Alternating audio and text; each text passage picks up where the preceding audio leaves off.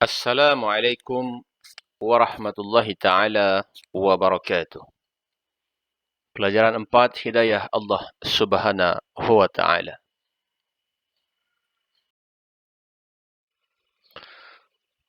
A'udzu billahi minasyaitonir rajim. Bismillahirrahmanirrahim. Allahu nurus samawati wal ard. Mathalu nurihi kamishkatin fiha misbah. Al-misbahu fi zujajah.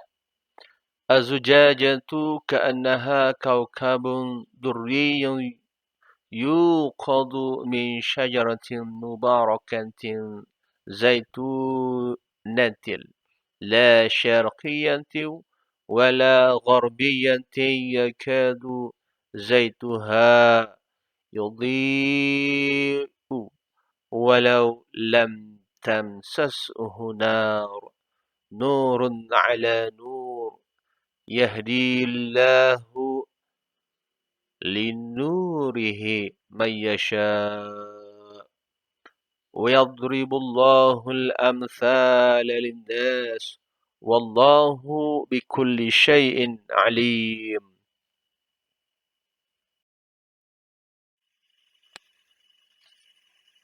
Surah An-Nur ayat 35. Maksud ayat: Allah pemberi cahaya kepada langit dan bumi. Perumpamaan cahaya Allah adalah seperti sebuah lubang yang tidak tembus, yang di dalamnya ada pelita besar. Pelita itu di dalam kaca. Kaca itu seakan-akan bintang yang bercahaya seperti mutiara, yang dinyalakan dengan minyak dari pohon yang banyak berkatnya, yaitu pohon zaitun yang tumbuh tidak di sebelah timur dan tidak pula di sebelah barat, yang minyaknya hampir-hampir menerangi walaupun tidak disentuh api. Cahaya berlapis cahaya. Allah memimpin siapa yang dikehendakinya kepada nur hidayahnya. Dan Allah mengemukakan pelbagai perbandingan untuk manusia dan Allah Maha mengetahui akan tiap-tiap sesuatu. Intisari ayat. Allah membandingkan nur dan hidayahnya yang menerangkan hati orang mukmin seperti sebuah lampu yang memancar gemerlapan. Orang yang diberi hidayah oleh Allah pasti menerima undang-undang dan peraturan Allah yang termaktub dalam Al-Quran untuk menguruskan alam.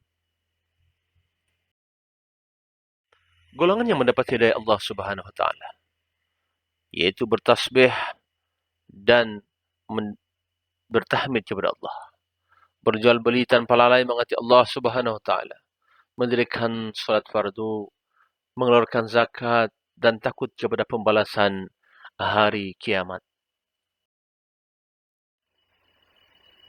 Cara mendapatkan hidayah Allah Subhanahu wa taala yaitu dengan menuntut ilmu, beramal ibadah dan berzikir kepada Allah Subhanahu wa taala.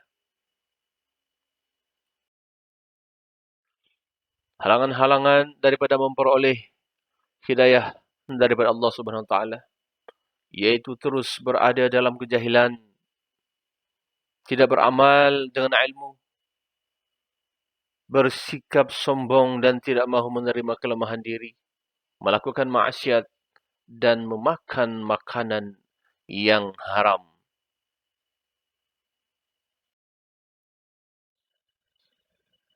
Kepentingan hidayah Allah Subhanahu wa taala kepada manusia, menemui jalan hidup yang benar dan dari Allah Subhanahu wa taala. Hidayah Allah Subhanahu wa taala membolehkan kita hidup di dunia ini dalam keadaan selesa dan sejahtera. Hidayah mendorong manusia melakukan kebaikan dan menjauhi kemungkaran. Serta melalui hidayah Allah Subhanahu wa taala ini, seseorang itu sanggup berjihad dan berjuang untuk meningkatkan keimanan dan ketakwaan kepada Allah Subhanahu wa taala. Al-Quran mukjizat Allah Subhanahu wa taala. Ciri-ciri kemukjizatan Al-Quran ialah pertamanya gaya bahasa Al-Quran yang sangat indah sehingga melemahkan orang Arab yang pada masa itu yang telah mencapai kemuncak dalam kesusastraan bahasa Arab. Yang keduanya Al-Quran mengandungi pelbagai jenis ilmu termasuk yang berkaitan dengan alam ghaib. Yang ketiga, Allah SWT mencabar manusia supaya mencipta satu surah sebagaimana Al-Quran. Allah SWT telah menuliskan tidak akan ada siapapun yang boleh menandingi kehebatan Al-Quran Al-Karim.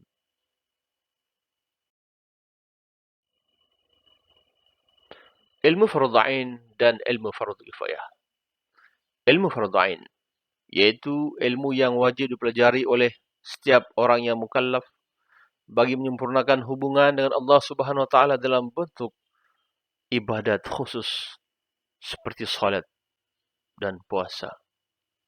Manakala ilmu fardu kifayah pula ialah ilmu yang wajib dikuasai oleh sebahagian orang Islam bagi menyempurnakan hubungan sesama makhluk seperti perniagaan, kedokteran dan sebagainya. Kepentingan menuntut ilmu. Yang pertama, kepentingan kepada individu sendiri. Dapat mencapai kejayaan dalam hidup, membezakan antara perkara baik dan perkara buruk, meningkatkan keimanan kepada Allah Subhanahu wa taala. Yang kedua, kepentingan kepada agama. Dapat meningkatkan syiar Islam kepada orang ramai, memajukan agama Islam dan umat Islam, serta untuk menarik minat orang bukan Islam kepada agama Islam.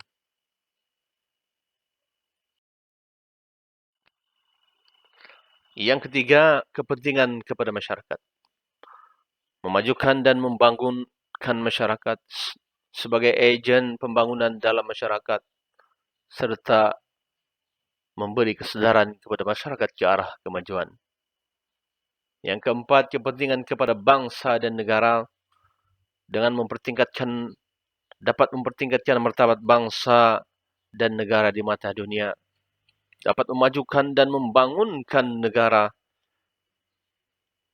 dan menyumbangkan kemahiran yang dimiliki untuk negara. Pengejaran ayat. 1. Hidayah Allah Subhanahu wa taala yang menerangi hati orang mukmin umpama cahaya yang menerangi alam. Yang kedua, manusia perlu berusaha untuk mendapatkan hidayah Allah Subhanahu wa taala. Yang ketiga, menuntut ilmu adalah satu kewajiban dan merupakan salah satu usaha untuk memperolehi hidayah Allah Subhanahu wa taala. Dan yang keempat, kita wajib menguasai ilmu fardhu ain dan fardhu kifayah untuk menjadi pakar dalam kedua-dua bidang. Soalan ulang kaji. 1. Apakah maksud hidayah Allah Subhanahu wa taala? 2. Siapakah yang mendapat hidayah Allah Subhanahu wa taala?